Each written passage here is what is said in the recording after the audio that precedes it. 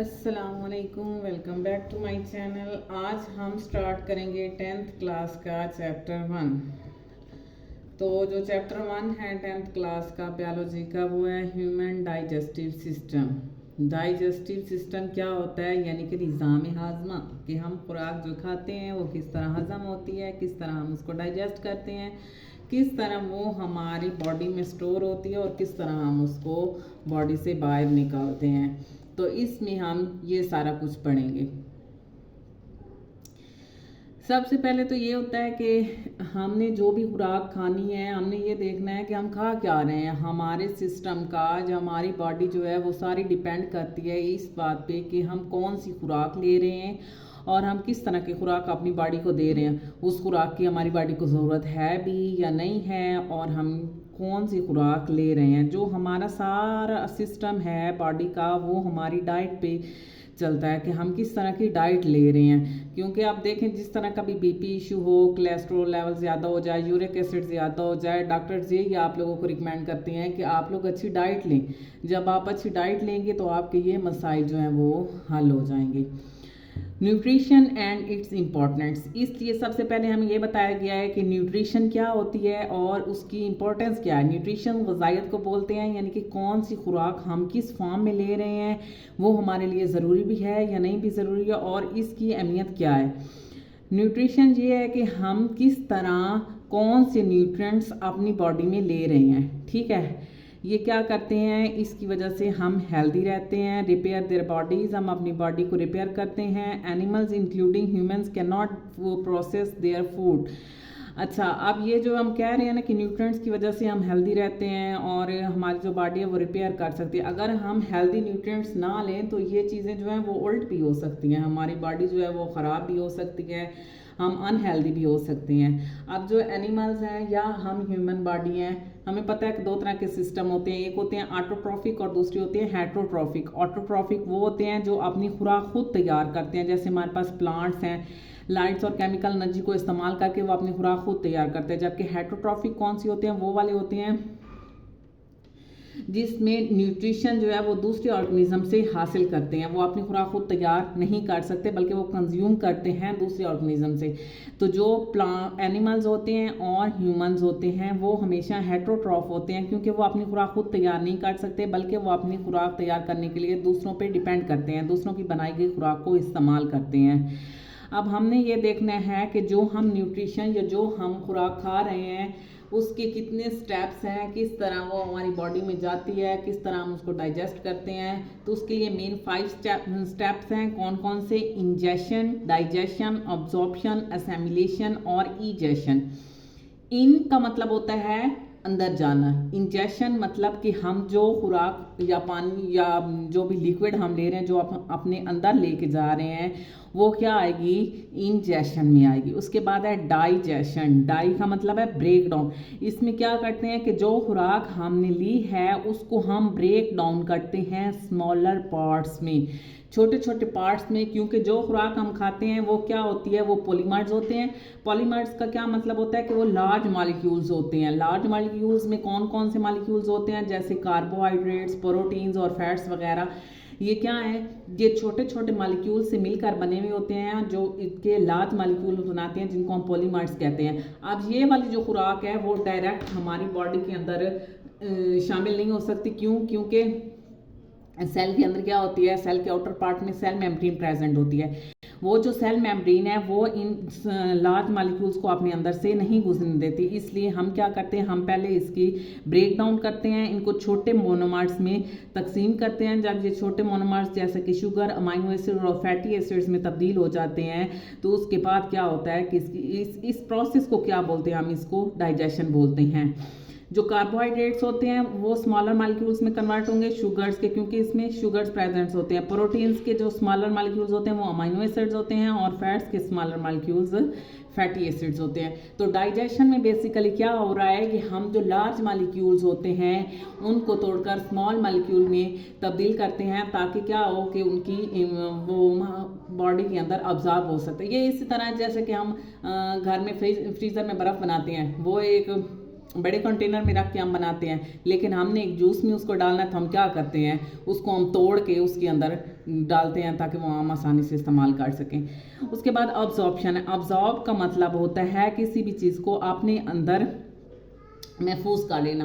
अब इसका क्या मतलब है, अब हमने डाइजेशन में क्या किया था, उस खुराक को हमने तोड़ फोड़ कर ली थी। अब तोड़ फोड़ करने के बाद उस खुराक को क्या होना है, बॉडी के अंदर ऐड होना है, बॉडी के मुख्तलिफ हिस्सों में जाना है। अब ये तो नहीं है कि हमने खा लिया खुराक तो वो स्टमक में ही पड़ी रहे तो इससे हमारे सारे जिस्म को एनर्जी मिल जाएगी, नहीं, ऐसा नहीं होता। बल्कि हर एक को अपना काम करने के लिए एनर्जी की ज़रूरत होती है जो हमें न्यूट्रेंट से मिलती है, और न्यूट्रेंट्स जो है वो बॉडी में अब्जॉर्ब होते हैं, किसके अंदर, ब्लड में और लिम्फ के अंदर। ठीक है, उसके बाद असेमिलेशन होनी है।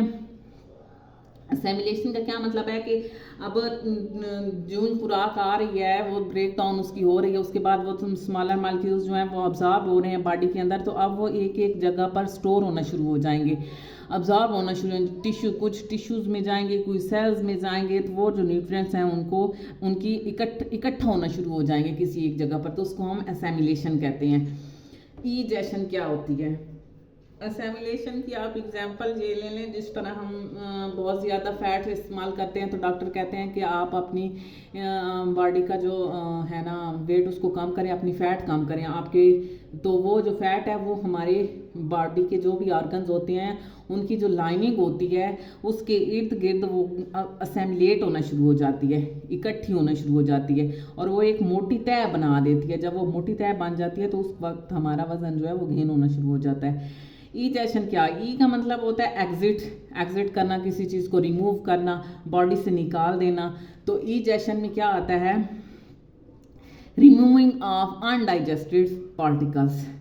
कुछ अब ये ऐसे देख लें जिस तरह हम चाय बनाते हैं, ठीक है, तो जो पत्ती होती है वो पहले तो ज़रूरी होती है क्योंकि हमने वो चाय बनानी होती है, लेकिन बाद में वो क्या होती है, एंड पे हम चाय, वो पत्ती को तो नहीं ना चाय के साथ पी देते, तो हम क्या करते हैं कि उसको छान लेते हैं, वो पत्ती अलहदा कर लेते हैं।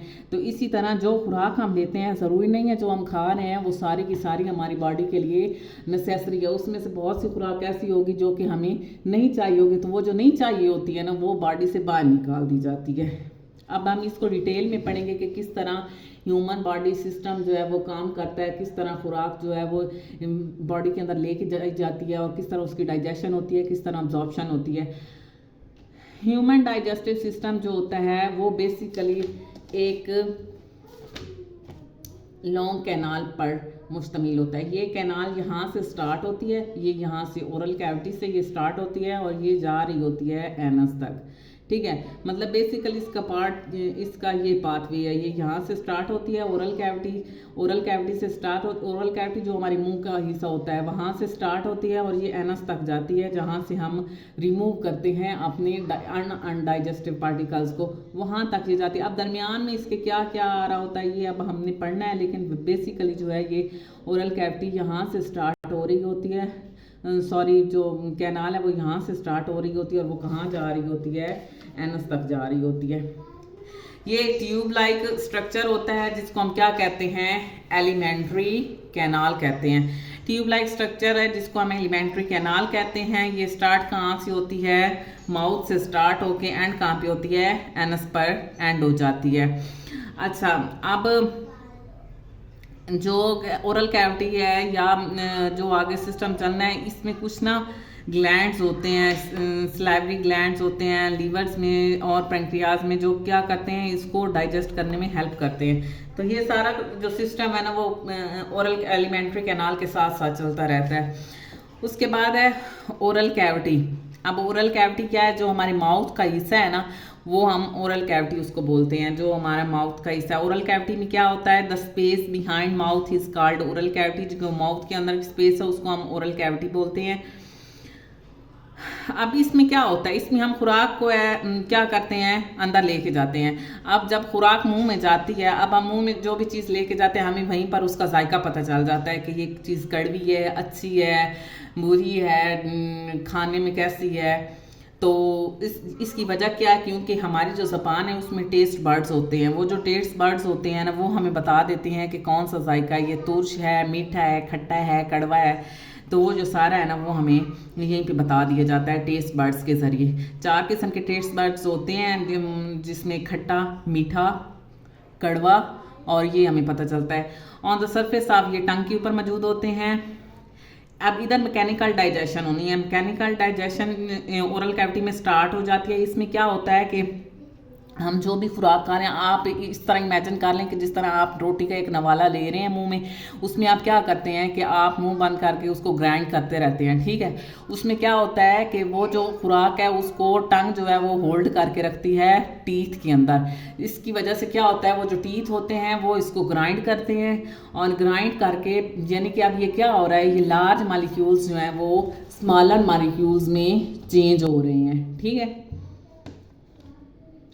अब यहाँ पे पार्शली कौन कौन सी डाइजेशन हो रही है, यहाँ पे केमिकल डाइजेशन हो जाती है कार्बोहाइड्रेट्स की। मतलब क्या हो रहा है कि लार्ज मालिक्यूल्स स्मॉलर मालिक्यूल्स में चेंज हो रहे हैं। वो जो कार्बोहाइड्रेट्स हैं अब वो अपने शुगर वाले मालिक्यूल्स में चेंज हो जाएंगे।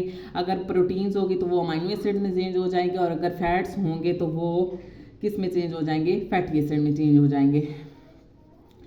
अब ये जो डाइजेशन हो रही है वो किसके जरिए हो रही है, सलाइवरी ग्लैंड्स के जरिए हो रही है। ये जो सलाइवरी ग्लैंड्स है ये म्यूकस टाइप होता है जो कि हेल्प करता है फूड की डाइजेशन में। These glands are attached with the oral cavity and secrete saliva, a mixture of। अब ये saliva secrete करता है। अब इस saliva में क्या क्या प्रेजेंट होता है, इस saliva में वाटर होता है, म्यूकस होता है, और डाइजेस्टिव इंजाइम होता है। इस इंजाइम को हम क्या बोलते हैं, सलाइवरी अमाइलेज बोलते हैं। अब ये आपने सलाइवरी अमाइलेज सलाइवा से याद रखना है कि ये सलाइवा सेक्रीट कर रहे हैं, तो इसलिए सलाइवा में जो एंजाइम होगा वो सलाइवरी अमाइलेज होगा। वाटर और म्यूकस का क्या काम होता है, ये फूड को मॉइस्चर करते हैं, यानी उसको नमी देते हैं ताकि जो फूड है ना वो आसानी से ग्राइंड हो सके। और जो अमाइलेज हैं वो क्या करते हैं, वो उसकी ब्रेक डाउन करते हैं, ठीक है। उसके बाद है स्वेलविंग। स्वेलविंग क्या होता है कि after the physical and partial chemical digestion the food mass in oral cavity is called. अब क्या होता है कि जो फूड हमने ले लिया है अब उसकी ब्रेक डाउन हो गई है, वो स्मॉल पार्टिकल्स में तब्दील हो गया है, उसकी मैकेनिकल डाइजेशन भी हो गई है, उसकी पार्शियल केमिकल डाइजेशन भी हो गई है। उसके बाद अब जो ओरल कैविटी का काम था वो ख़त्म हो गया। अब इसको क्या करना है, अब इसको मूव करना है। कहाँ मूव करना है, नीचे। अब ये फेरेंक्स की तरफ जाएगी, ठीक है। अब हमने जो खुराक ली है वो ओरल कैविटी से कहाँ जानी है, फेरेंक्स की तरफ जानी है। जब फेरेंक्स की तरफ जाएगी तो अब ये स्मॉल मॉलिक्यूल्स में तब्दील हो जाएगा। जब हम खुराक निकलते हैं तो क्या होता है कि ये जो खुराक आगे जाती है उसको एक फॉर्म में तब्दील कर दिया, यानी वो बॉल सी बन जाती है। उस बॉल को हम क्या कहते हैं, बोलस बोलते हैं, ठीक है।